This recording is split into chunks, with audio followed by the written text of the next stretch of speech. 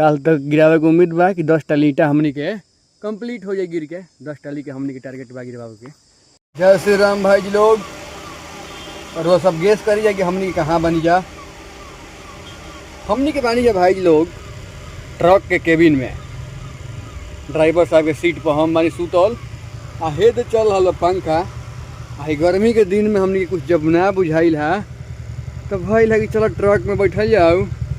काफी हमनी के हालत खराब हो चुकल बाटे। हो पूरा हालत खराब हो गई बा हमनी के। काहे पेट में कुछ गइल लिखे अन पानी भाई लोग।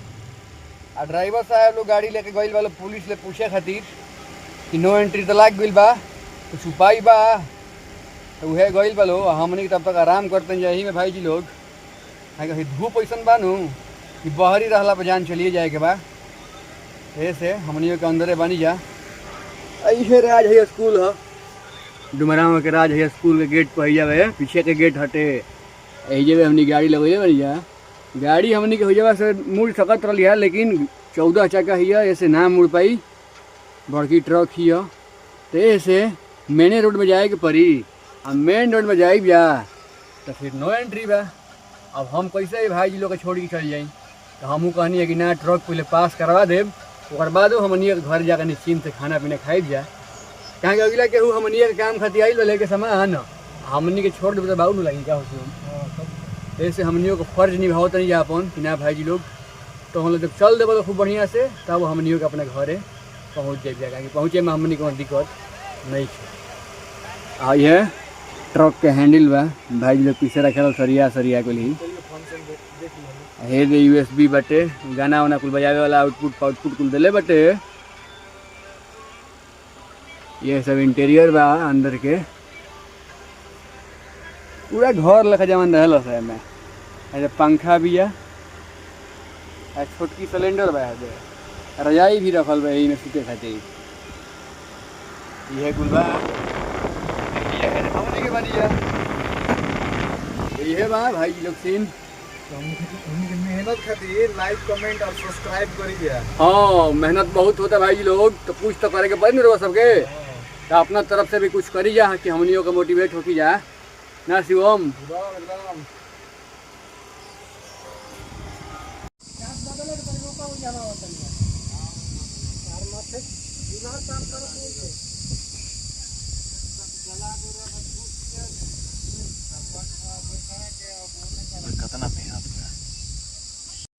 तो हमनी के ईटा आ गई भाई जी लोग प्लॉट पर।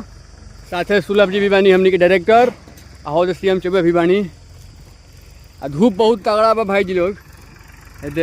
हई भैवन पर हम आश्चर्यचकित बनी कि अभी बेचारा अथी किला सो ईटा लदला सो। अभी जस्ट गाड़ी 10 मिनट में पहुँच गई प्लॉट पर। फिर उतारा हूँ के बा साला ऐसन गर्मी या ईटा इतना हीट मारत हुई क्या बताई हो।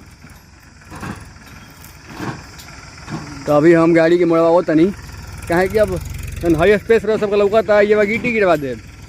हई जन खाली स्पेस लौकता बालू के सटल है चाटा लगवा देम ला में।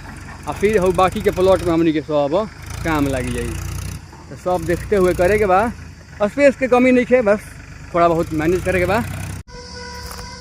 यही से कहल गई बा भाई जी लोग कि घर बहुत मेहनत से बनेला। आ घर बनावे में बहुत कठिनाई के सामना करे के पड़ला केहू के भी। आदमी रहेले इतना आसानी से, लेकिन जो बनवावेला ओकरे समझ में आवेला कि घर बनावे में कितना मेहनत लगेला। क्या सुलभ घर बनावे में कितना मेहनत लागत है भाई। परफेक्ट भाई लोग देखला पर लागे लगे मकान पीट दिल पैसा लागल है। अरे आसान बात बाटे। मेहनत जौन लागत है मेहनत लागल बाटे। हाँ जे बनवाओ तो उन जनता गर्मी में हमारे हतना गर्मी में आइल बनी जा। हाँ यही तो थोड़ी ना घर बनेला ना। घर बनाने में बहुत ज्यादा मेहनत लगेला। अब होवे देखो कितना मेहनत कर दो सब AC में कूलर में सुतल हुई। हाँ दोपहरिया में सब सुतल है या हो भाई लोग गाड़ी फटल बा। देखी जा हम वह बतियावत तनी हाँ कि हई धूप में भी जान बचावल पड़ले भइल बा। ऊपर से उतना गरम गरम ईटा उठावती है ना। और 50 गो ईटा हमनी केहू कह देव केहू घामा में 50 गो ईटा सरियावे के बाद उतने देर में हमनी पुली गरम हो जाई। वह बा कि प्रैक्टिस मेक मैन परफेक्ट। जे डेली कोनो काम करता ओकरा खातिर वो आसान चीज़ बा। आ जे जौन नहीं कैले उहे ओकरा खातिर भारी चीज़ बा। तो फिलहाल सब ईटा अब गिरी प्लानिंग बना रहा बा कैसे गिरावे के बा। बालू गिर गिल बा गिट्टी भाई लोग कुछ दिन में आइए जाई। शिवम व्यास जी हमारे बहुत ध्यान दे रहे बड़ा गला पे अपना ठंडा पानी नहीं पियत की गला बैठ जाई काहे तो ज्यादा ठंडा पानी ना पियो जाला ना तो गला खराब होई या फिर से गुदरियों के दिक्कत कर देला। अब व्यास के गहना गले नु ह का जी सुलभ चुबे ब्लॉग रुआ सब सर्च कर इंस्टाग्राम पता आई बहुत बढ़िया बढ़िया ब्लॉग लौकेला। ये बार बनाओ छोड़ दे कहां बनाओ टाइम हो नहीं। हाँ ओकरा में रुआ सबके लोकल जगह के समस्या भी देखे के मिली कहाँ कहाँ क्या समस्या बा हम इहो को लिए बतावे ले। ऐसा कहीं जमजम ना चल रहा हमें बढ़िया बढ़िया काम भी बतावे जाला तेज रुआ सब तक देखब जा जैसे हमरा तो सपोर्ट करते ऐसे तो बिल्कुल ना करब जा काहे कि हमरा तो करते नहीं किया हमारा तो सपोर्ट रुआ सब करत बानी जना तो ऐसे हमारा से बढ़िया से सपोर्ट उनका के करब जा। यही से कहा था हाँ। लोग सब बढ़िया से दबा के सपोर्ट करिया हाँ लेकिन वो अगला केहू के करो सपोर्ट तो यही नो खराब खराब कंटेंट बनावे वाला देखतन के स्टार हो भाई रुआ सब ऑडियंस बनी जा रुआ सब के सपोर्ट कइला से आदमी बढ़े लागे हां और बढ़िया बढ़िया वीडियो बनावे के प्रयास करे उहे नो